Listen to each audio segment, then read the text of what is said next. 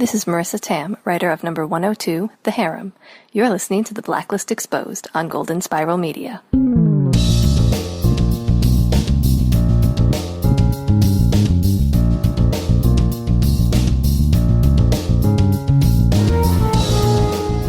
I can't resist a good bag of salted almonds either, Margot. Welcome to the Blacklist Exposed. I'm Agent Troy Heinrichs. And I'm Agent Aaron Peterson, and I am definitely over-caffeinated this morning.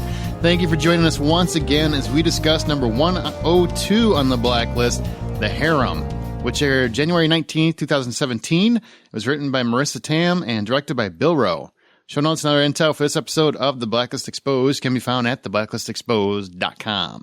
Quick note on Marissa. This was actually her first ever episodic television outing. Was it really? It was. So really good job for the first one out. Congratulations. That was a fun one. Congratulations. Now, before we get started, not to start on a sad note, but last week we told you about our listener, an awesome member of the Blacklist fandom, Lulu McClellan. It is with heavy hearts that we want to let you know that shortly after releasing the podcast, Lulu had passed on. Many of you know her, many of you may not, but she was always very, very active in the Blacklist community. Absolutely loved the show and loved the podcast, except when she disagreed, mostly with Troy. She once told me how much she loved when I called Troy a dum-dum, so obviously we know the lady had taste. And we just want to say to her friends and family, you have our absolute deepest sympathies and condolences, and we just wanted to take a moment of silence for Lulu. We'll miss you.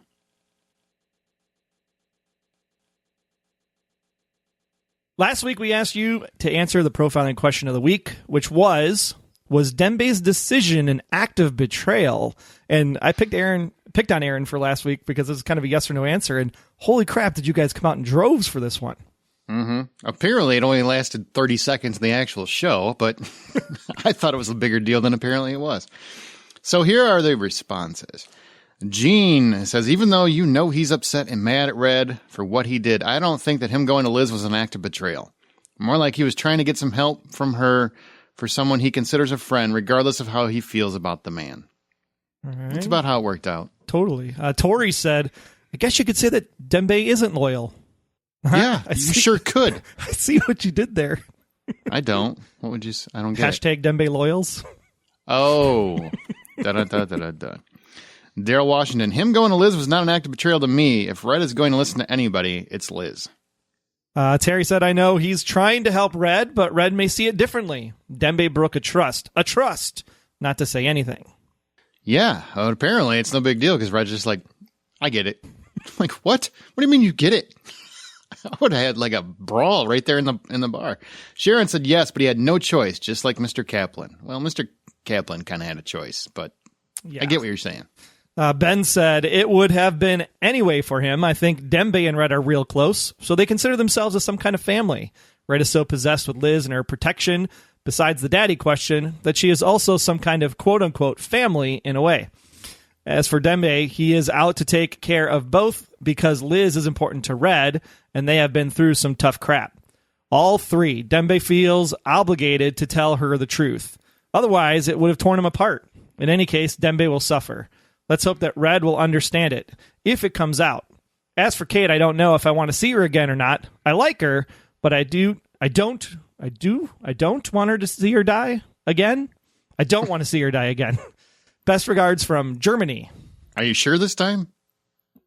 They teach reading where you come from, right? Well, translation in the German to the English. So I gotcha. Okay. Andrew Jeeves, I can see it both ways. In one sense, you can see it as an act of concern to Red for the actions he has taken recently. However, on the other hand, that by revealing it to Liz that he's unhinged and doing it for the greater good can be seen as a betrayal. So to be honest, the final answer is I don't know. That's always the answer when you get asked a question. I don't know. You got me. Huh? Ruh-roh. Steve Wheeler said it was an act of both betrayal and concern. That's kind of like riding a line, isn't it? That's kind of like, I don't know. Danielle, I think it depends on Lizzie's reaction to it. He saw Kate's as a betrayal because she tried to help keep Lizzie away from him and succeeded in him believing the person he loved most was dead. With Dembe, I think it hinges on if Lizzie was to walk away from Red completely, Red might see it as a betrayal. And although, to be honest, Lizzie can't seem to make up her mind. 1 minute she cares, the next she's ordering him out of her life. It's like high school. Sometimes. Larry said he seems more concerned about Red. I agree with that. I still say it's betrayal, but I've got a few more. Holy cow, there's a lot of responses on this one. Yeah. Guess I had a good question. What? Suzanne said, no, he's trying to save Red. I think that's what he's trying to do. Remember the campfire scene? Jesus, Red, let's go. Barbara said, no, I think he loves Red. This was way more of a concern. He loves Kate too, and he's upset that he thinks she's dead, but I don't think he would betray Red. Yeah, she's obviously not dead. I think she might have killed his accountant. What? Sharda said, just like Kate was concerned about Red and what she did in his best interest, he considers that betrayal. Same goes for Dembe, repeating what Kate did. Yes, I say he's betraying Red. You just don't tell someone that someone killed someone else because you're worried about that person. Shake my head. That will get you shot. Snitches get stitches. I love snitches get stitches. That's great. Heather said, no. He went to Liz. I think he's trying to save Red from himself. Mm-hmm. Possible. Tina, sadly, yes. With the way Red thinks, that will be an act of betrayal, though probably not as bad as if you were to tell her about Red's secrets. That was spelled wrong, so it was secrets. Got it. Annalise said, not sure I would call what Dembe did as a betrayal. Besides, this is not the first time for Dembe. He did it back in season 2, episode 19, Leonard Call, when he sent Liz to Red's flat. I don't know if that's the same thing, but I get what you're saying. Well, Liz was never supposed to see the flat, and he said, hey, Liz, Red's got a flat. It's kind of the same thing. Sure. Okay, we'll go with that. But I think this was a little more serious. Like, yeah, whatever. Tiffany. Finally, Tiffany. Kate and Dembe went behind Red's back. Yes! What did Kate do? What Kate? Man, Aaron learned to read. I can't mock Troy if I'm going to do the same thing. That's exactly right. What Kate did was to defy what Red wanted, and that was to stay in Liz's life. What Dembe is doing is trying to keep Red in it, because the state that he's in right now, he could make a mistake that could prove to be fatal. His head is not in the game, and Dembe is acting to make sure that he gets it back on track so things can move forward. He's also doing it out of concern for Red, which Kate did not show when she did what she did. She sat there and watched Red mourn Liz nearly to the point of suicide, while what Dembe is doing is trying to pull him back from the brink of despair that he seems to be in still. And well, that's a good argument, I guess. And he could be in despair given his situation at the end of the episode. Like, he has remorse for what happened to Kate. Otherwise, he wouldn't be looking out for Kate's sister. If you think about it that way, right? Sure. Yeah. Yep. All right. Well, thanks as always for the great responses. What question do we have going into next week? Okay, and I want to remind everybody that there's actually a 2-week break before the next new episode. So there's no new episode next week, right? That's what I'm understanding. I didn't watch the promo, so I can't see I don't know if they actually went, in 2 weeks or whatever. So we'll have to. If it's on, it's on. We'll be here. And if it's not on, then, yeah, you won't see us next week. I won't be, because next week I'm on vacation. That's right. Work, but I call it workation. The question this week is, who is trying to start a war with Red? I think I know, but do you think you know? Who is trying to start that war? We'll get into that and more, but before someone discovers my name on the WITSEC list, let's get this week's case profile going.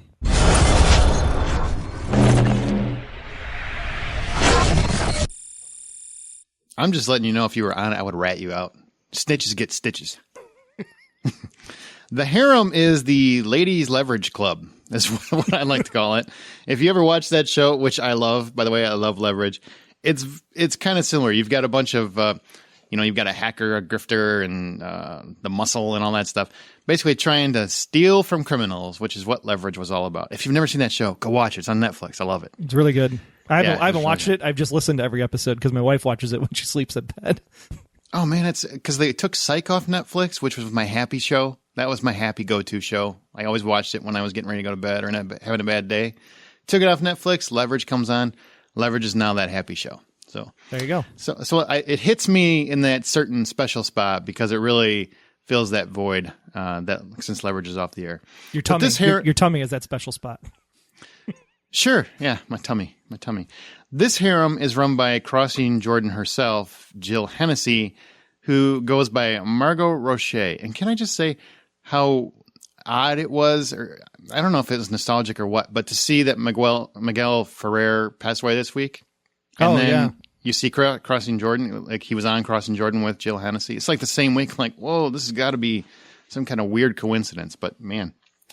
But she plays Margot Roche. And she's in charge of the Ladies Leverage Club, or the Harem. The ladies are after this WITSEC list, which is witness protection. These are people that are in witness protection. Troy, why don't you explain what this means? What is a WITSEC?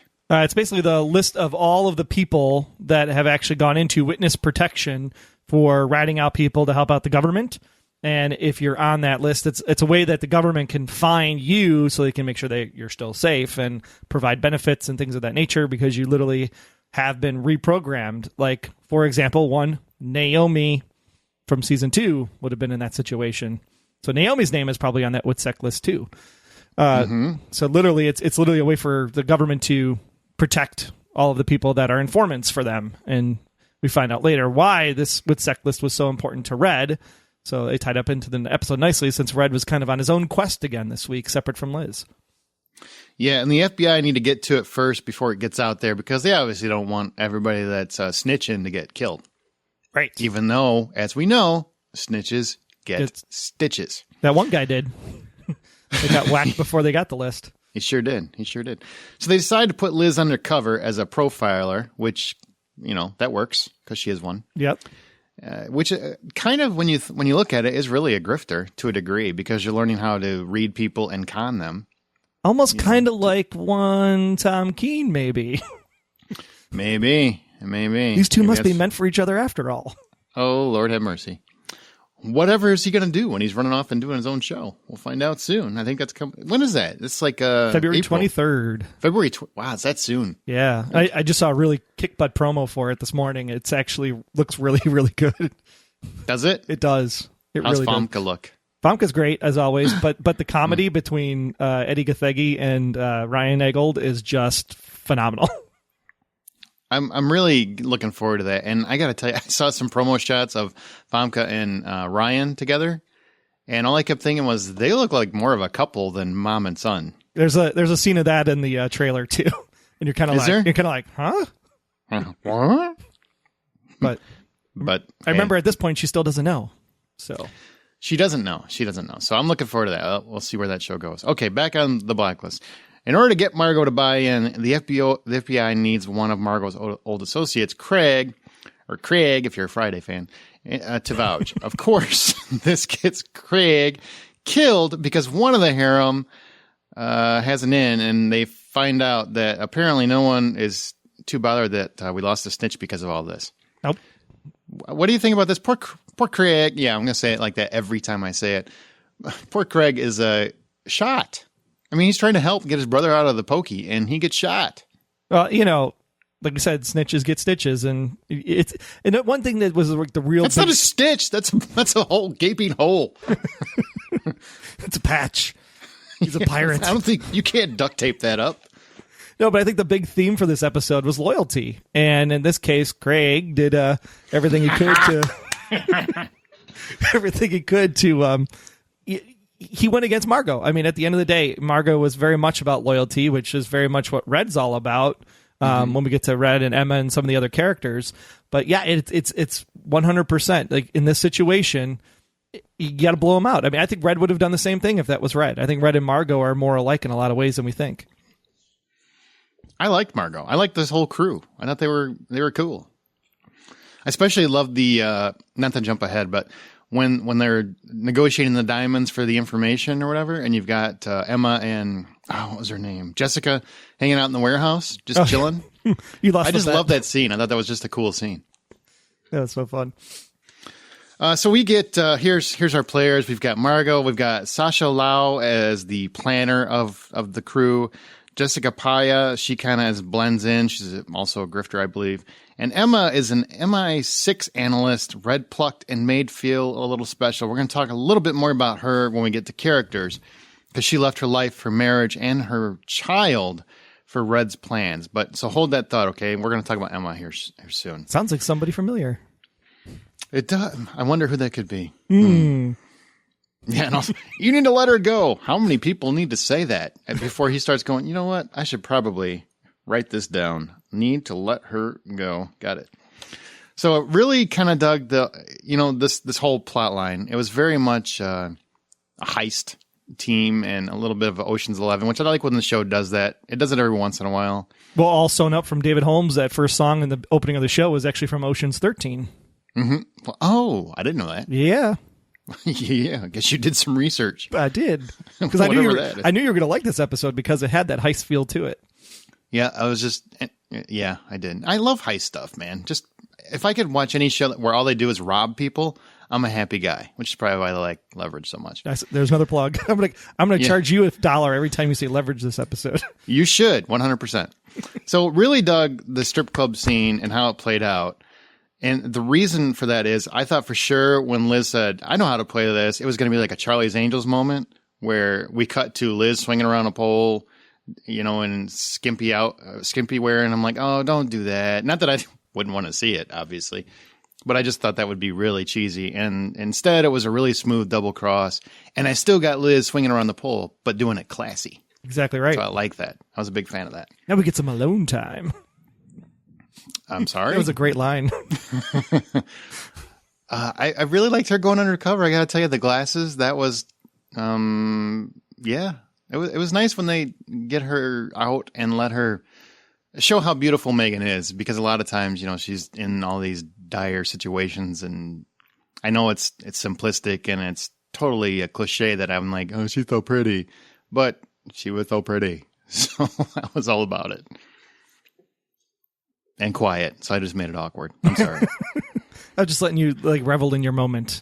Yeah. But no, I absolutely love 100% Liz being in this kind of undercover situation. It shows that her role as a profiler can go beyond just sitting down and questioning people. Mm-hmm. And I love the sense of, I guess, fear and ability to potentially get killed. Just adds that amplified situation because she is our lead actress on the show.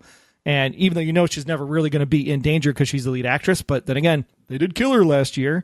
So you never know what's going to happen. And I actually kind of felt scared for Liz for a minute when she's like, you're not leaving here until we find out what's up. And I was like, oh, snap.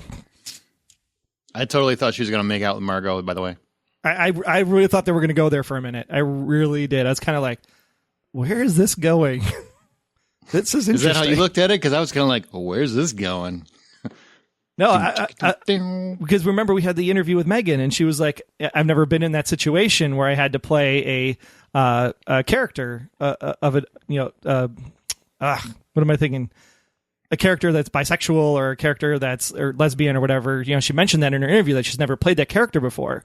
So when that scene came up, I immediately went back to that interview, and I was like, "Oh snap! They wrote it in for her. That's kind of interesting." It was an interesting moment, and Emma's like, "You better back off."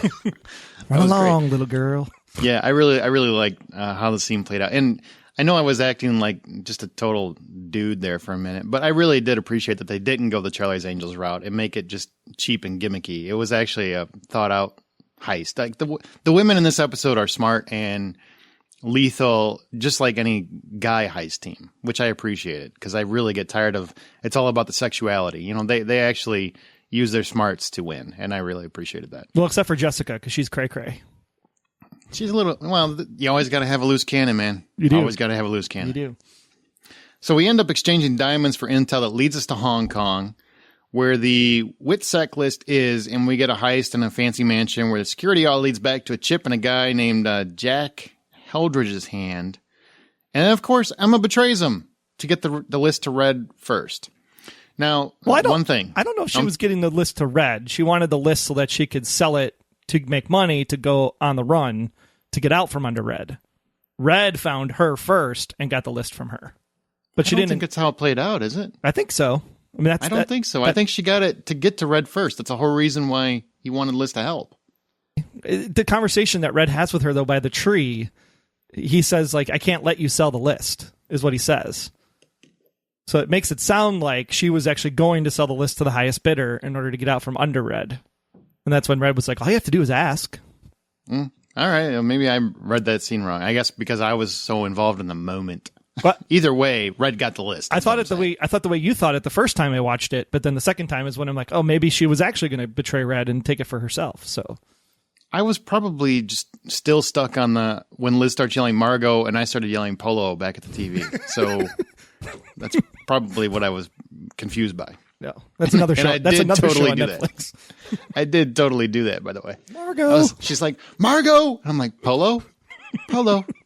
All right, let's get into our characters from this week's show. Okay, our music as always is up first. We are introduced to the Harem as they steal a Cadillac full of diamonds to the music stylings of David Holmes and All Sewn Up, which I mentioned is in Ocean's 13. Then as Zach arrives at Red's laundering house, we get our groove on to some Eddie Rabbit and I Love a Rainy Night. I actually just said that like it sings in the song, syllable-wise. You did. Nice job. Why don't you take it for a few bars? Night. Who?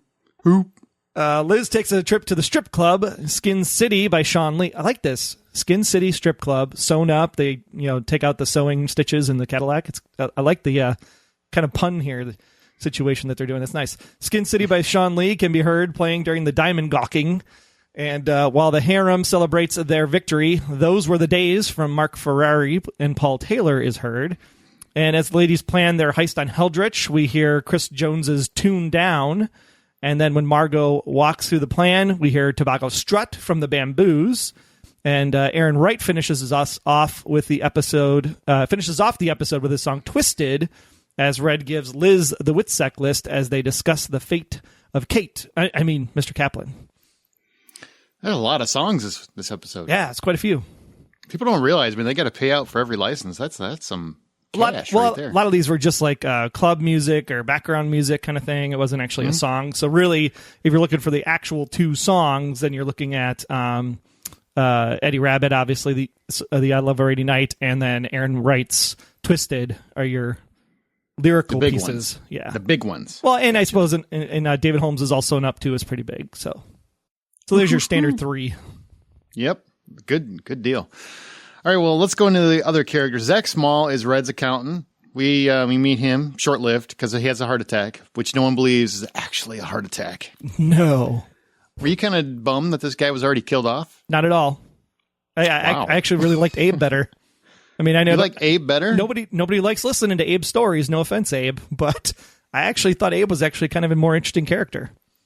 He had that quirky Romness to him, He's talking about the food from the airport. I thought that was pretty interesting. Yeah. Oh, that's funny. As somebody who used to travel all the time, I can understand those tales. Absolutely. Okay, so you like Abe better. Are you glad that they didn't kill Abe off then? I absolutely am glad they didn't kill Abe off. I want to hear. I feel Abe can be like the next Glenn. Ooh, how about we just bring Glenn back? I haven't seen Glenn in a while. I'm sure he's coming this season. Don't worry. He's got to be around. He'll be there. Right? He's got to be. Well, we didn't get much from him, but we're going to talk more about his death when we get to Red, so hold that thought. Now, we have Cooper, Samar, and Harum, which they have almost little to nothing to do this week except just get us to the next scene. Would you agree, or is there anything you want to mention? No, they're pretty much just working the post office like they do. So it was interesting to see that you had Samar and Wrestler doing the stakeout portion. I kind of thought that was cool, the over-the-shoulder shot at the bar.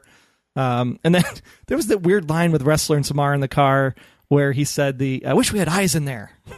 And did you even need that scene, or was it literally just a scene to kind of break up the conversation so you could cut away to something? I think so. Yeah. Like, we got these guys on the payroll. Let's throw them a bone.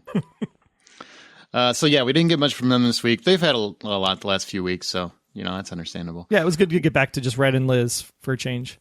Yeah. Carter Wilson pops up. Apparently, Red is preparing to send all of his money to Wilson Cruise Lines, who apparently desperately need the funds, only to have his money disappear and another criminal outlet takes his place.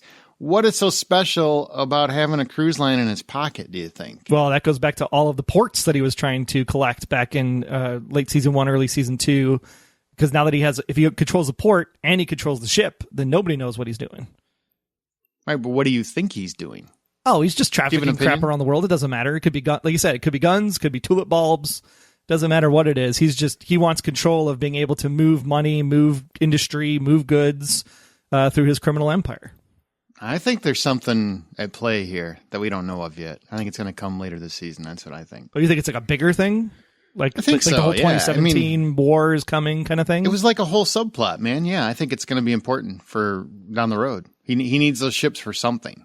I don't know what it is yet, but I think he needs it specifically for something that we're going to find out about on the show. Well, then I'm actually interested to see if you were right, because I just thought it was subplot going back to other points in the show to, hey, remember those ports they had? Yeah, now you got a ship too. It could be, but it was too big of a moment. And then, when he found out he knew the guy, well, was it Balder Magnuson or something like that? Whatever his name was. Yeah, isn't it a coincidence that guy's name came up? So apparently that guy is somebody they know. Mm-hmm. And the question now becomes, is it really that guy or someone taking the name of that guy? Yeah, because they didn't really say if he knew him or not. He just, the name clicked with him for a reason. Right. We just don't know the reason yet. Click with Dembe, and then Red was like, oh yeah, crap. I always love when things don't go his way. You ever notice that with Red? Like things don't go his way, and he's like, good day, I'm done. It's like, I'm pissed. I got to get out of here before I shoot you, Carter. Let's go. Emma, let's move to Emma then. Now, this was an interesting character because we find out through the course of the episode that she's actually undercover for Red. Now, the details that she tells Liz were almost 8 years. She was working on low-level immigration cases when Red cut a deal with MI6, and she left to work for him full-time because she was starstruck. He made her feel like she was the center of his universe. And then, Liz says, you can get out or whatever. And she says, spoken like someone who's still in the honeymoon phase. Now, what do you think about Emma? I was first thinking like the shippers are all like, oh, see, like Red picks up people that he's got an infatuation with, or they makes them feel like they have an infatuation with him. And I thought that was kind of interesting as she was having that conversation about the starstruck and center of the universe kind of thing. Because it goes back to what you and I have always said, from the beginning was, remember, Red's a criminal. Could she just be using, Liz this entire time? And really, she's not. There is no relationship. There is nothing important between the two of them. It is what it is. And it almost kind of felt like they were hinting at that with this Emma character and her relationship with Red throughout the course of this episode. So, yeah, Emma was an interesting person to see come up at this point in the show. Like, it almost felt like we were getting an answer or an uncovering of something, but subtly in the background. How so? Well, just with the whole, like, he came and found me. Right? He found me, and then I was starstruck. Mm-hmm. So it's not like it made it that line makes it completely sound as if Red is just finding people he needs at that moment, and they are the ones that get sucked in. Like, and then we get to the end of the episode, and Red's like, "If you could have left at any time, just let me know." But do you think he just doesn't realize that, hey, people are afraid to ask to leave because they think you'll kill them? You kind of have a reputation for killing people. He has a reputation for killing people that do things behind his back. No one's ever asked him. So this is the first time someone's actually asked him. And he's like, yeah, sure. Here's some money. You'll get some cash in there every week. And thanks for your business. Thanks for your service. Yeah. I get where Emma's coming from. I wouldn't have asked either. I wouldn't have asked either. I'd be like, man, he's going to shoot me if I ask. I'm just going to do whatever he wants. That's fine. But I guess now it depends on how you take that final scene. If it is the way it went down, like I said, where she was truly going to sell that WITSEC list, at least she was willing to trade it for her freedom in that case. So the question becomes, would she really have gotten out? And so in this case, the only reason she got out was because she had something Red needed. And because Red needed it, that's why he made the deal to let her go. I think he already had it in his possession before so he could have still used her if he wanted to. He let her go. He just let her go. Okay, so you think he was a good guy? She asked, and he said, "Yep, no problem." I don't think Red is a good guy at all. In this situation, I mean, like he was doing the right thing. As right as he could do. Yeah. Yep. See, I look at that the other way. I don't think he had the list. I think she had the list. B, I think the only reason she got out from under him is because of the trade. You see it how you see it, son. Yeah. There you go. However you take it, he still ends up with the list. That's what matters. Exactly right. That's really what matters. Because if that really mattered more, I'd probably just say, let's pause this and let's go watch it again and figure it out for sure. But, we always debate this. This is just how it is. I'm still stuck on Marco Polo. That's really what the problem is. But I did like Emma. I hope, well, obviously I don't think she'll be coming back, but I thought she was an interesting character. I'd kind of like to see her. Now, they're obviously trying to draw a comparison, or it seems, to Liz. and her predicament. But Liz's character seems, it's a much deeper connection than he had with Emma. Oh, yeah, for sure. Because you have the whole backstory with Kirk and Katerina, and absolutely. Katerina's your mom, and for sure, absolutely. But there's got to be some truth in these conversations, otherwise why write it into the show? Absolutely. Now Red sets her up for life. He says, basically you're going to be taken care of for life. There's a little cabin, here's some money, you'll be good. Although I don't know if he can still give him the money because he doesn't have an accountant anymore. Right. But I guess Abe's going to have to fill in for Zach. But she also says, as he leaves, you need to let her go. Heard that before. Yeah. At some point, maybe, do you think he should start writing this down? Like I said earlier. I mean, we all heard it for so long. I mean, gosh, go watch Frozen another time. Shoot my eyes out. Da-da-da-da-da-da. God, that was such a dad joke. All right.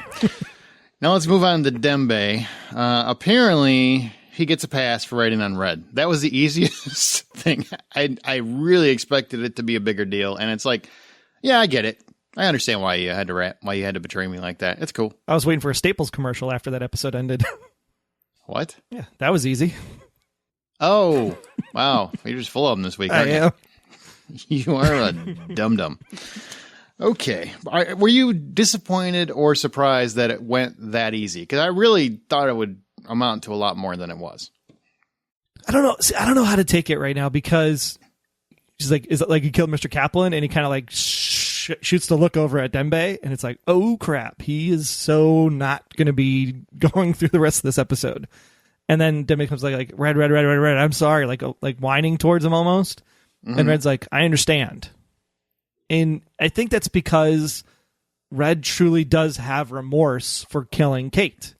He had to do it. It's like we talked about that when it happened in 402. He had to do it because that is exactly what he needs. He needs loyalty, and he has to demand loyalty. And if he makes an exception, he shows up as weak. But he didn't want to do it. And I think this is our inclining into he absolutely does feel remorse for the first time. That's why he wants to take care of Kate's sister. I mean, Mr. Kaplan's sister. Because of that, I think that's why he lets Dembe off with the pardon. He understands that Dembe's been suffering. He's been suffering. They empathize with each other. And therefore, it's like, I get it. I understand what you did.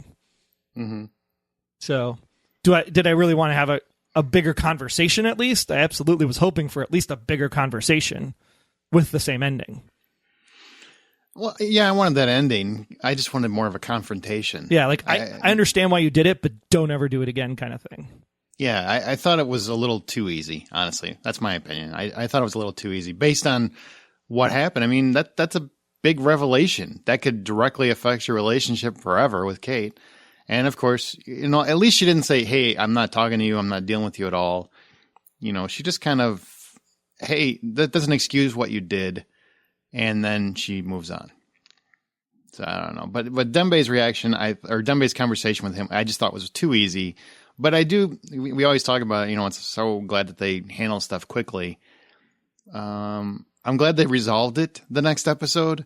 I think it earned a bigger conversation than it was, I think. Oh, yeah, because it was the end of the episode last week. So anything that's the end of the episode is a big moment. And so it feels like it needs a big finale to that moment. But I'm glad we got an answer right away, too. Yeah, I felt like the moment kind of was fizzled a little. But, hey, can't always. Maybe that's the way it should have played out.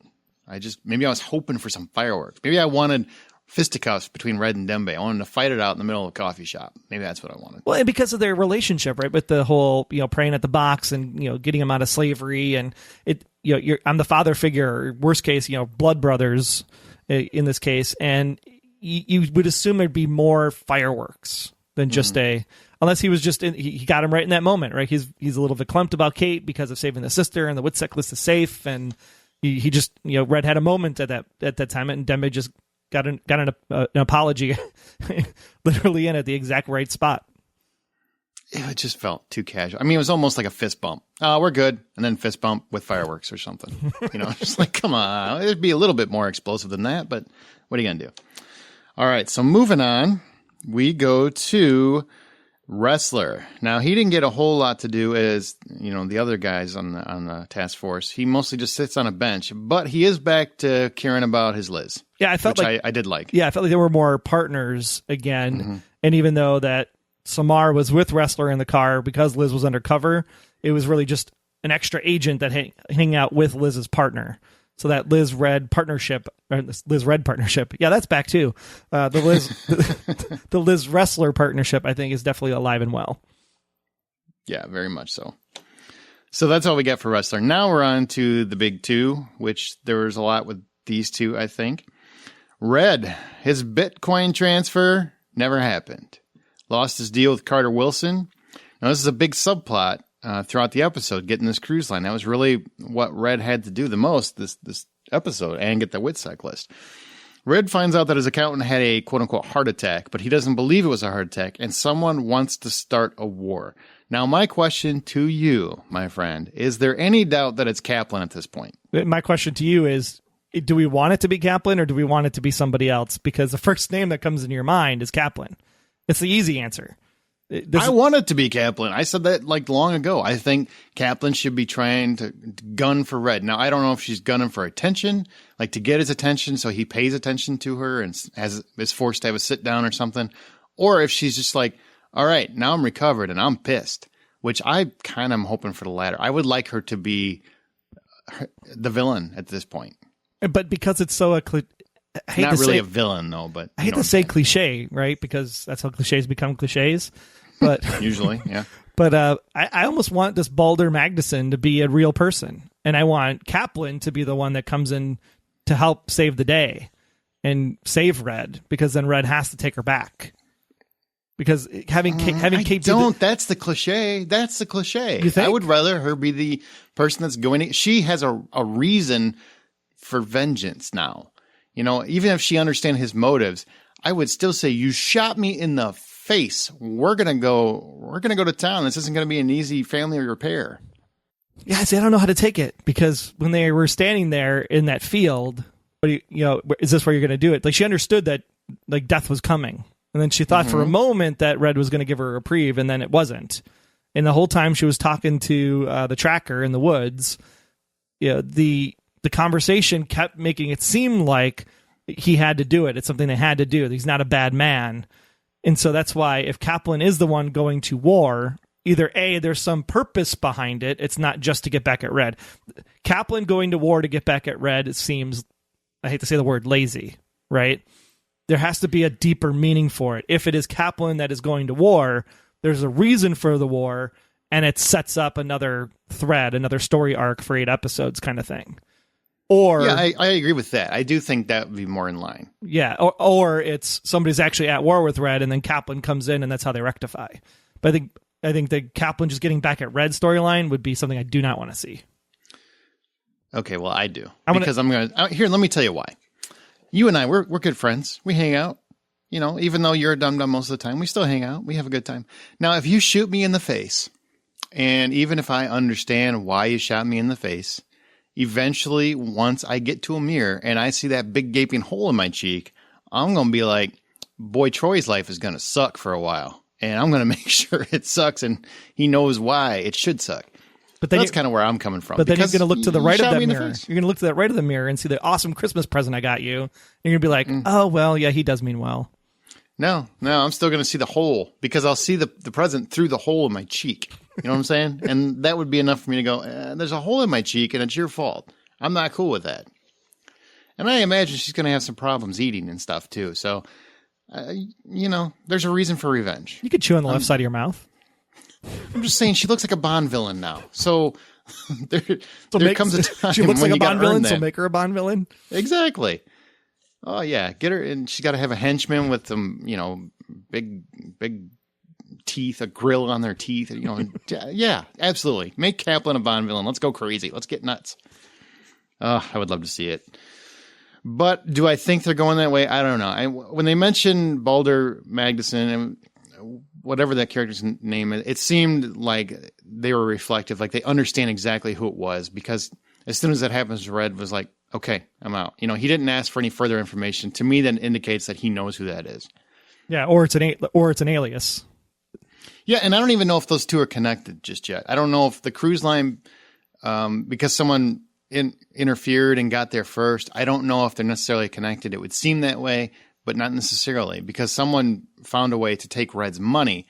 Now, it could be just to get his attention, not necessarily to start a war, but we don't know yet. Because those are two separate events. You could tie them together if you wanted to, but the cruise line being saved was because Red's money didn't get there. Right. And we found out that Red's money really wasn't stolen. It was just sitting in an account that nobody can access except for the guy who had a heart attack. Correct. Quote unquote killed. And I'm sure whoever got that information knows where that account is. I would think so Yeah. too. But yeah, it was definitely something that you could say was the stoppage of Red's money could have helped facilitate this Magnuson. Something like that. Boulder. Yeah, one of those. It would help Boulder be able to get the information that they need in order to purchase the cruise line. Now, there is a possibility, an outside possibility, you could see it this way, is that maybe Kate is actually doing it for Red's benefit. She found that Zach was actually going to double-cross Red and help this Boulder Magnuson or whatever, and that's why she would have him killed. But that's the same thought process she had with Liz that got her shot in the first place. I'm just saying, why would she do it again? Maybe she found out that Zach was going to double cross Red, so she killed him to save his money. We just don't know that yet. That's a possible scenario. I'm just going to your idea. Put it on the board. She doesn't have her. Yeah, put it on the board. Exactly. We surveyed 100 families, and what they found was that. So yeah, we'll go with that. We'll see what happens. Kate kills Red. Number one answer. I don't think. Well, that could be an interesting end to the show. Liz doesn't kill Red, but because I do think there's a possibility Red dies in the series whenever the series ends. Liz is Reddington's undoing. Kate kills Red, and Kate's the one that knew the answer all along. So we actually get the answer from Kate. That would be interesting. Mm-hmm. All right, so Red did all this to get this list because Kaplan's sister is on it, Maureen Rohan, and Rohan, whatever, and she's from Wisconsin. Woohoo! Easy killer. So that was a nice little twist. Pretty coincidental that, this Kate is a master criminal, and also her sister managed to witness some Russians trying to get rid of a body, but whatever, works out. And did you buy into the sympathetic vote for this, or were you like, well, I guess it's a last-ditch effort on Red's part because he feels guilty? No, I bought in the sympathetic vote only because he handed over the WITSEC list without a problem. So you knew at that point he was truly doing it because he wanted to protect Maureen, which he's protecting Maureen because of killing Kate. Like, it's the least I can do for taking out her sister. Yeah. Or thinking I took out her sister. Because she died. Yeah, we haven't seen her in, this is what, 3 episodes now? Since the last time we saw Kaplan, it was the break, right? Before Correct. the break that we saw her. Getting into that truck. That truck had to go somewhere. Never hitchhike people. It never turns out well. Bet you it led to Zach's house where she took him out. Zach could have been in the truck. Yeah. I mean, he did drive a crappy station wagon. Maybe he drives a crappy truck, too. Yeah. Too bad. All right, so Liz, we're moving on to Liz now. I love Liz's entrance with Zach when she announces herself and she tells everybody basically everything. Yeah, I'm the FBI, and he's gonna have no qualms with killing you guys. Just saying. So is it sad that we've watched the show so much now that the first thing I thought of was like, man, she's kind of spunky today, and then Red goes, someone's a little over caffeinated this morning. Like they're writing the things we're thinking in our heads is what the responses would be. So we clearly watch way too much Blacklist. I liked it, man. I thought that was great. It's a fun exchange. Mm-hmm. Because she's just like, she's pissed off. She just found out about Kaplan, and she's just not gonna play in his favor anymore. She's tired of it. Liz was totally gonna make out with Margot. I already talked about that. And how did you enjoy Liz finally putting those profile skills to use? I know we talked about it a little bit, but the last few episodes, and I know Megan talked about when we interviewed her before the season started, that she was really looking forward to playing that deeper. And it looks like the last few episodes, they've really put the profile skills to use. Yeah, it's her superpower, so they have to make sure they go back to that. And I love it. I really love seeing the mentalness that you get into a person and how they can transform to fit that. The mentalness? The mental capability, their mental state. I don't think mentalness is a word. It's not, but I couldn't think of anything. It's early. Long week. Supercalifragilistic, That's a word. Let's just make stuff up. It is now. Yeah. But yeah, the ability to see her transform and morph and change. It almost makes me feel, like I said, she's Tom in a lot of ways with this ability this week, and it kind of scares me a little bit that she has that Tom Keen capability within her, that it'd be interesting to know a little bit more now about her upbringing as well. Granted, she wasn't at St. Regis with Tom because I think it was a boys' school specifically, if I remember what Daniel had said in his interview, but that ability for her to be able to do this and bend and the profiling thing she has, things like this come up. It makes you wonder how serial killers come to be, how narcissistic people come to be. And she has a kind of a dark side to her because of that. And it really blends that line between, is she the good agent or is she like Reddington, based on the fact that she was on the lam and all of that stuff. So her character is so much more interesting after this episode because you want to know background. You want to know, is she capable of these things? How far would she go? So this is a really great character opening episode for her. Well, I just want to point out, my mom was in psychology for 30 years, so I don't wonder where serial killers come from. I get it. But so I'll be happy to explain that to you if you got time, and watch your puppies, just saying. So if you have little kids. But I like where her character is going. I like when they expand on it and they let her do her thing. It is her superpower, and it is something that I enjoy when they get to implement it into an episode. And I just like seeing her go undercover. So often with the show, there are a lot of characters and there's been a lot of subplots where it kind of takes away from Liz and she doesn't get the focus. And here she gets to, because she's an agent again, she gets to go back in the field. I just thought it was a fun episode.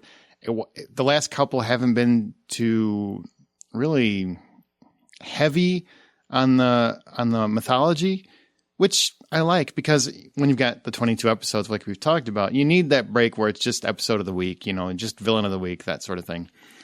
And even though I don't know if this is, a typical blacklister, it's not really one of the dark blacklisters, it's just more of a crew of thieves. It was a really interesting and fun episode, and that's a nice break from the heavy mythology. Oh, and this week it was finally a blacklister too that Red is aware of. And says, they were trying to do something and they got there first. So at least this takes the harem off the board for him too. So we're kind of back to that original MO, which also helps the situation. And I also really want to point out again how much I like that you have a crew of lady thieves where it's not tons of sex that get them to accomplish their goal. Because that's been done so many times. It's exhausting to me. And I really enjoyed this episode. I thought it played out pretty nice.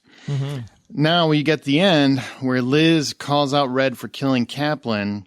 Bold statement, by the way. I didn't think we would see that quickly. We thought that they would. Do you feel like she kind of threw Dembe under the bus a little bit? Yeah, kind of. Almost like she was still playing her harem character. I'm just going to be loud and proud and out there. And bam, it was like, wow, didn't see that coming that quickly. And I kind of sat back in my chair and I was like, where is this going to go? Because that's not what I was expecting. It played out and I'm just like, did somebody get the license plate off that bus? Because Dembe just got run over. I thought that was a pretty bold moment. I don't know if that was the right way she should have played it, but it is exactly how she feels over the course of these seasons. It's exactly, I do this, I look the other way. It kind of started out the episode that way. I'm here, but I'm going to look the other way as long as you guys don't do anything illegal while I'm here. And it seems like that's kind of eating her up inside a little bit. So the question now is, how does she feel after this sad story about Maureen? Is she going to still work with Red? Is she still going to do what she does? Or does she see a different side of Red because of this, because he was willing to give up the list? We don't know if he made a copy, by the way. I would have, wouldn't you? I totally would have. Yeah. There's no way. Yeah. A couple flash drives, man. Somebody's getting some copies of that. Yeah. But yeah, it was a very, very interesting scene. That's a very good point, that it shows how all the stuff is eating her up. Now, she's obviously going to work with him because she has to. I think she's not going to jeopardize her badge again. I think that would honestly be a mistake on the show's part if they did that, if she jeopardized her badge again, so especially so soon. Because, she's always wanted it back. She has her life back. She has everything she wants. And there's no reason to jeopardize that, even for Red. There's no reason to do that. So I really am glad that she's holding to that as a character. And also, can I just point out, no baby, no Tom Keen this week. True. I know some people are like, well, let's not have the baby in every episode. There you go. Got one without it. And also Tom's probably, getting in shape for the spinoff. Mm-hmm. You don't sound as thrilled as I thought you'd sound. That's a really good trailer. But I know you don't really like it, huh? You don't want to see it though, because you don't watch promos and stuff. I try not to, but I will watch that one at some point. Because I'm a huge Famke fan. So, I'm gonna. I know you're gonna watch the show. Yeah, absolutely. Yeah. So I'm kind of curious now. I saw the promo shots, and seeing those two together was like I said, it was a little off-putting. I'm like, they totally look like a couple. I mean, they even look like they're giving googly eyes in one picture. So I don't know. But then again, it's probably because I see Famke as like, wow, and so I'm just looking at her that way. Mm-hmm. It's probably you're making it seem like I'm making you uncomfortable right now. So I'll just be quiet. No, we all love Famke. She's great.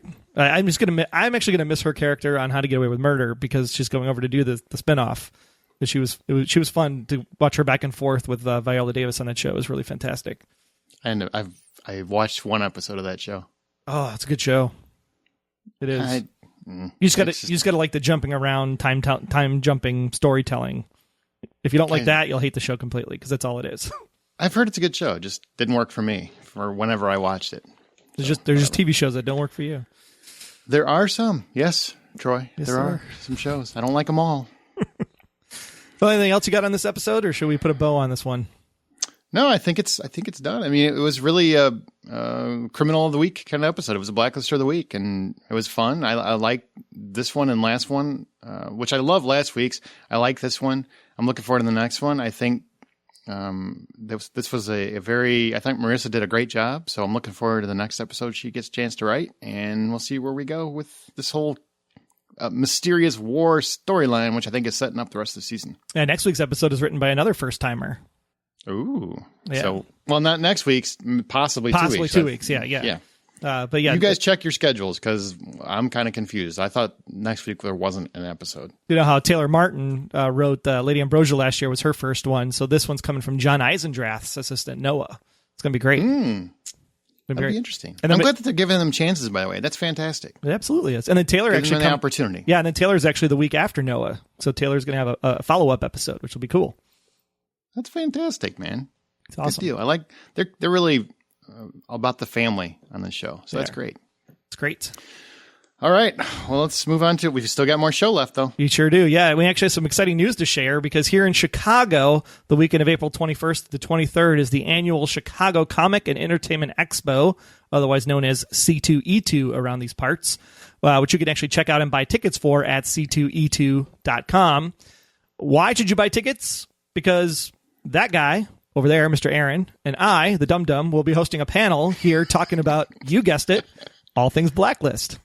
And as of today, one Mr. John Bokenkamp will also be part of that panel as well. Now, we don't have our exact time slot or day of the weekend yet, but we wanted to make sure we get a big crowd there, so we're letting you guys know ahead of time. So start saving some cash, make some plans, and if you're going to be coming, let us know in the Facebook group, on Twitter, drop us the email, feedback@goldenspiralmedia.com. Let us know you're coming in advance, and we'll make it a giant party that weekend. Again, Chicago weekend, April 21st to the 23rd. It'll be a treat for all of you, so be there. C2E2.com for tickets, and we'll update you as soon as we have more information. Yeah, I'm looking forward to that. That'll be fun. That'll be great. It'll be right after Redemption ends and the final 6 come back, final 6, 7 for the rest of the season. So it'll be a great kind of kickoff spring weekend conversation. It'll be a blast. And once we do have more details and exactly know what the date and times are, we will let you guys know ASAP. But the show's not over, so don't go anywhere. But please remember to download the Blacklist Exposed app for iOS and Android, and be sure to go even deeper into the mystery of Red Reddington by visiting our partner Blacklist site, theblacklistnbc.com. With that, we'll be right back with Red's Rhetoric right after this. Are you sick of the endless, poorly realized remakes as we are? Then take a listen to Remake This Movie Right, where we take a classic movie, figure out what works and what doesn't, throw a dash of humor at it, and then we craft our own remake. So by the end of every episode, we will remake this movie right. Recently featured as a podcast to listen to by the AV Club, you can find us at RemakeThisMovieRight.com or your podcast app of choice. Every movie you love will get a remake someday, and only you can make it better. Hi, it's Megan Boone, and you're listening to Blacklist Exposed on Golden Spiral Media. Welcome to Red's Rhetoric, that part of the show where we play 2 scenes from this week's episode, and then you get to vote which one you think is better over at theblacklistexposed.com. Just look for the post for the Harem. Last week, 71% of you felt that words are more powerful than guns, as Red Friend won last week. No surprise there. Our first clip this week comes when Red is looking to navigate a deal. I'll be blunt, Mr. Wilson. Whistler Cruise Line is sinking. The band is on deck and warming up. Nearer, my God, to thee. We're having some difficulties. Running aground on endangered coral reefs. E. coli at the buffet. Sailing half-empty ships. Your difficulties are about to land you in bankruptcy court. How on earth did you hear about that? Have you ever been to Mont Saint-Michel, Tidal Island in Normandy? The only way in or out used to be a causeway that disappeared at high tide. To reach the other side was a matter of knowing when the tide came in and seizing the opportunity before it arrived. I'm afraid I don't follow. I'm offering you a causeway, Carter. I bail you out, you transport my cargo. What kind of cargo? Could be Dutch tulip bulbs to New York, ghost guns from Danau. But instead of hypotheticals, allow me to assure you that plausible deniability is the best option. I save your business, you don't look too closely at mine. Our second clip comes when Red shares a story about Kaplan's sister. Years ago, a Wisconsin housewife named Maureen Rowan was outside in the wee hours with the family dog, Dodger. It was absolutely frigid. No one in their right mind would have been out in that kind of bitter cold. And if not for Dodger's aging bladder, I imagine Maureen would have been fast asleep. But as fate would have it, her neighbor, Alexei Lagonov, the authoritiet of a Russian bratva, felt given the late hour and wind chill, he and his Bayeviks could move a body from his basement to the trunk of an associate's car without being observed. They didn't count on Dodger's call to nature. So, Maureen had a choice between remaining silent or doing the right thing. She chose to testify. And while she helped to bring Alexei Lagonov to justice, she also forfeited the rest of her life in doing so. She's on that list. Who is she to you? Maureen Rowan is Kate's sister, Mr. Kaplan's sister. I didn't need to find her. I just needed to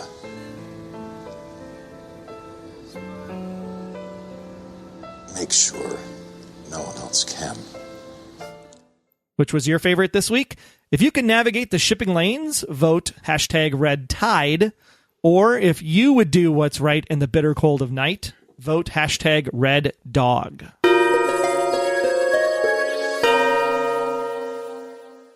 Now let's see what all you special agents thought of this week's episode. Priscilla thought, good episode. Loved it. That last scene with Liz and Red, loved it. I did too. Tiffany said, God, I forgot how much badass Liz rocked. I miss my strong lead female. Anybody else willing to bet that Mr. Kaplan killed Mr. Small and made it look like a heart attack? No, that's... I think everybody thinks that. Yeah, I think everybody thinks that. I'll actually be surprised if it's not Kaplan. That'd be great. That'd be a nice twist. Kara, loved it. Loved seeing Jill Hennessy as a great blacklister. Only wish she'd sang. Does she sing? Yeah. Oh, I didn't know that. What a great smoky voice. Love seeing Red, Liz, and Dembe in that last scene about Kate. Yeah, except I still think Red and Dembe should have tussled. Love seeing badass Liz in action, not only on her own, but also profiling and physically. Well, the FBI Mindhunter crack has me convinced Margot knew Liz was an undercover agent. You think so? You think Margot knew? She wouldn't have let her play it along that long. I don't think so. I wouldn't think. It was interesting, though. That's a good question. I have to ponder that. She did throw out the FBI profiler thing. She did. She's got like those Jedi mind tricks, like those FBI. I don't know. I'll have to go back and watch it and see if there's any tells or ticks or anything. Also, the whole Red and Dembe tussle, I think that's going to be Aaron's Liz and Cooper tussle for me. Yeah, because you think they should have had a fight, and I think Red and Dembe should have had a... Yep. I'm with you. Hey, I'm not with you because you don't see it that way, but you know what I'm saying. Yes. Dum-dum. You get it. I get it. Ella said, I love this episode. It's my favorite of the season so far. I was excited to see Undercover Liz. I thought it was great and that Megan played it really well. I thought Emma was a great character, and I loved the mystery around her. It was interesting what she said about feeling like you're the center of Red's world. I feel like that will be important to remember for later. The weirdest and most shocking part for me was the bathroom scene. It took me a minute to process what was actually happening in that. Not me. I got that one right away. I'm like, oh, yeah. The ending scene. Yeah. Once again, shameless man. Shameless man. The ending scene with Red, Liz, and Dembe. At least you're honest. That's a good thing. The ending scene with Red, with Liz, Red, and Dembe was great, especially Red's story. I'm kind of surprised that Liz wasn't more angry toward Red. I'm sorry, I can't read punctuation at all today. That's okay. Reading is stupid. I'm kind of surprised that Liz wasn't more angry toward Red. Overall, I'm happy that we've had 2 really solid episodes. Hopefully the rest are just as great. Yeah, I don't think... I think the reason why you don't see Liz more angry with Red is that she's processed that she gets why it happened. She's just not happy that it happened. So I don't think it's so much anger as disappointment and frustration, because I think she knew it was a possibility. Now she knows the truth and she has to deal with that. So right now she's just kind of short with him. And people are like, well, now she's just having an attitude with Red again. Da, da, da. I get that. Well, I thought she was kind of angry in that initial conversation. Well, and at the beginning when she comes in there. You just whacked her too, just like you whacked Mr. Kaplan. Like, what the hell's wrong with you? To me, it seemed like she was angry, and then she kind of toned it down a little bit. Dialed it back a little. Well, and she was making some very big assumptions in that conversation too. Like, she literally came in and said, oh, you probably just whacked Emma and knocked her off and stole the WITSEC list for yourself, because that's what Red do. And then, bam, here we have Red doing something out of the ordinary. Okay. Annalise, I hope I said that right. I like Liz a lot. When Liz goes undercover is always good. Did not like, however, the story of Emma and Red. An analyst from MI6 that Red ruined her family, making Red look like a jerk. I really did not see the point of her storyline except to give Liz more reasons to dislike Red. That's kind of the point. Yeah, hang on. ETA Dembe's confession to Liz that Red killed Kate was sure over fast with a simple line from Red. I understand. I was expecting much more development. Still am. I will say that your first point, making Red look like a jerk, he's a bad guy. He is a criminal. Jerk. He is a He's jerk. An absolute jerk. He's charming, but he's a freaking killer. He's not like a hero or anything. So he is a jerk. He's just charming and you like him. I get it. I'm sure there's a lot of murderous, evil bastards we would want to hang out with and have a beer with. Doesn't make them good people. He's literally wooed you, Annalise, and made you the center of his universe. Yep. Just watch your back. And I'm with you on the Dembe thing. I do think it should have been a little bit deeper, but what are you going to do? Julie said, loved it. Best episode this season by 1,000,000%. Uh-huh. What? By 1,000,000%? That's a lot. Well, that's because I own 100%. It's trademarked. Always find that I enjoy the episodes when Liz gets an opportunity to stand on her own. And of course, there was more screen time with Spader. The two combined make an awesome episode. Notice the similarity to the Naomi episode and Emma using the same wording and terminology. Red makes you feel like you're the center of the world. You have to let her go, blah, blah, blah. Anyway, top marks this week. That's true. That's true. And Crystal, oh no, there's more. Holy crap, there's a lot more. Sorry, I guess I should have scrolled. I try not to read these until we actually do the podcast so it's fresh. Crystal, I love this episode. The harem was cool and interesting. The highlight was Liz. I loved her character this episode. She was smart and capable and showed badass undercover Liz. Whatever is coming Red's way has me excited. Somebody beating Red to the deal was a rare occurrence on the Blacklist. This should be fun. I love the personal moment with Red and Liz. The story of Mr. Kaplan's sister was told beautifully by Red. So happy they didn't play Gordon Lightfoot at the end, so Dembe is safe for now. It's become the trademark. I love it. That's funny. Gordon Lightfoot. Rachel Towns, I love the episode, and I was apprehensive at first. I think it sets us up for the next big problem in Red's life, which I also think is the wrath of Kate. Red was right. the heart attack was no accident, and because Kate knows so much about him, it will be hard to find out a ghost is trying to bring you down. I knew he wanted the list for some reason, but never would have thought for who it was for. Overall, great episode by all the characters. This was not a boating accident. Douglas said, I absolutely love this episode. Lizzie is finally becoming the badass that was hinted at since the pilot episode. The way she finally put Red in his place without coming off whiny or petulant. Love it. Loyalty. Oh, wait, hashtag, where's the Lizzie Megan haters now? Good one, Doug. Good one. Neil said, loyalty stressed even more in this episode. I agree. It is the big theme this season. Pauline, here's one of my takeaways from the episode. Red did it all to keep Mr. Kaplan's sister safe. I'm sensing a lot of regret in Red right now. I think he's really regretting what he did to Kate. Well, he should. He shot her in the face. But things have settled down now. All the craziness with Kirk saving Agnes, etc., has passed, and I think that he's realizing just what he did to a very loyal and loving friend. Got it. Glenn, more new questions than answers. But what else do we expect? The show was a foot in the door of the new big bad who will make themselves completely known by the end of the season and not be resolved until next season if the show stays true to its form. And finally, I don't know about that necessarily. I think they could wrap this up by February 23rd for the next break and then start a whole new thing for the April to May episodes, potentially. They could. Are you done talking, or do you want me to No, I'm wait good. until you ramble some more? You sure? Yep. I'm going to give you some more time if you want. We'll find out. We'll find out, Glenn. Sue wrote a book report, so I'm going to read some of it. Kaplan is not the one after him, but it must be said we had Berlin. We need new stuff. You don't know that. It might be Kaplan. It might be. I think she's saying that's the predictable, easy answer, and she thinks there's more to it. Correct. I kind of wish the money amount left in limbo would have been mentioned. Yeah, I agree with that. Also, why is no one mentioning... Sue, it was $5. That's how much it costs to buy a cruise line? $5, I'll buy one myself.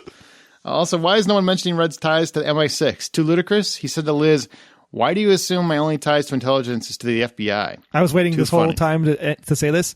He said your government twice in this episode. Twice. Just pointing that out there.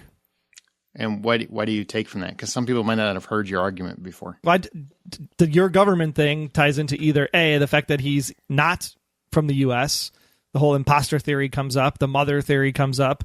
It all kind of fits in with those thoughts and concepts. So Aaron still believes that your government means that the fact that he defected from the U.S., so it's not really his country anymore because his country betrayed him or something like that. Either way, it was brought up twice this episode. Just want to call that out. Okay. He said we already said that. Too funny. So we have Red tied to MI6. If true, he would not need the FBI. I wouldn't agree with that. Well, no, in that scene, though, because that scene made it sound like Liz interpreted that Red was MI6 or part of MI6. I think she worked at MI6 and Red just found her. Mm-hmm. And he's like, I have informants all around the world. So I don't think he was MI6 particularly. Yeah, I think he worked out a deal. That's what Emma even said. Right. So that's just his obsession with Liz. MI6 could have led him to Berlin with a whole lot less angst. So we have Red tied to MI6. We have a badass Liz who could no more go undercover than, say, me. But I do. Okay. Well, that is, I guess if you think about it, she was all over the news. So you do kind of, I didn't even think of that. Think about that. That's so true. My God, we are dumb. We are both dumb-dumbs. Wow. Because that's a great point. The lady who is nobody finds her in the grocery store because of the news, and yet these people don't watch the news at all. That's a great point. Oh, that's a great point. But I do love her less makeup look. Though those on the main page prefer her made up to the gills. I agree, man. I just think she's a beautiful person, so you don't really need to do much to her. She has natural beauty. You don't need to doll her up, so to speak. Agree. And I hate that term. It's just the easiest way to say it. I love the chicks. I wish they could have stayed around or more, go into their own show. They were awesome. The lesbo scene, I didn't say it, Sue said it. Not needed, but it is 2017, and this is the year of that. I don't know what that means. I mean, gay women have been around for a while. They have. They They got their own organizations and stuff. So our Red has an unnamed but horde outfit out to take him down.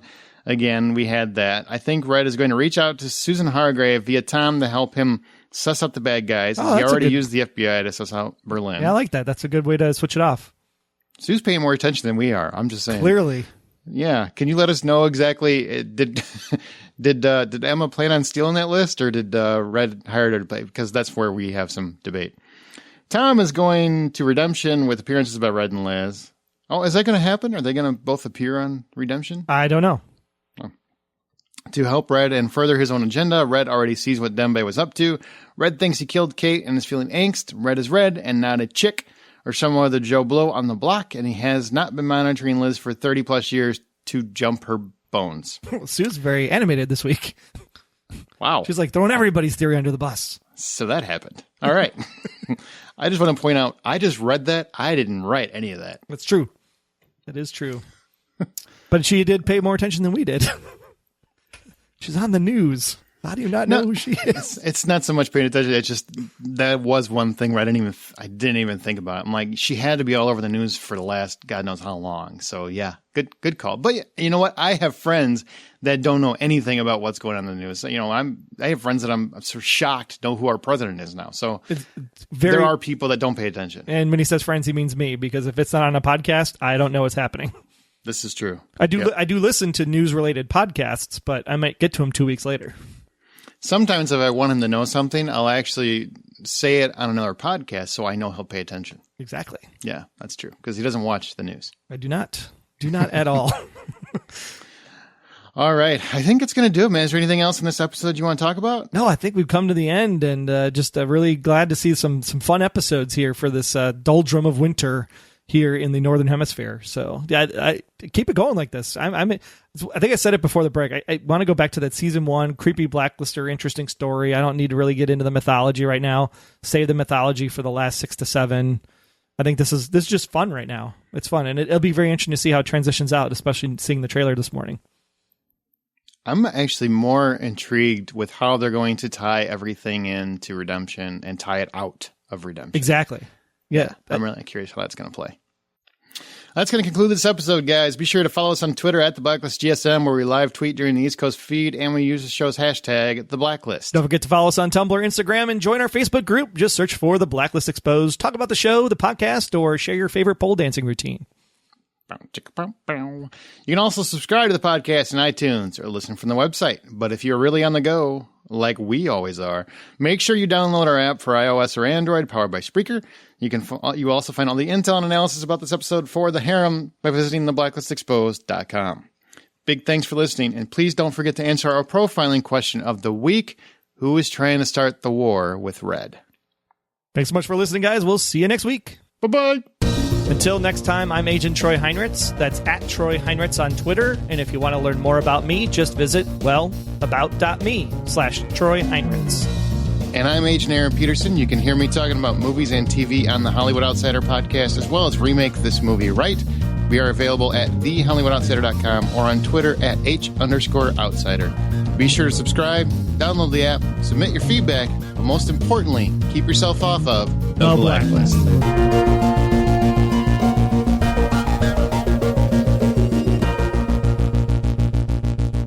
The Blacklist Exposed is a Golden Spiral Media production. Find more of our great podcasts at goldenspiralmedia.com/podcasts.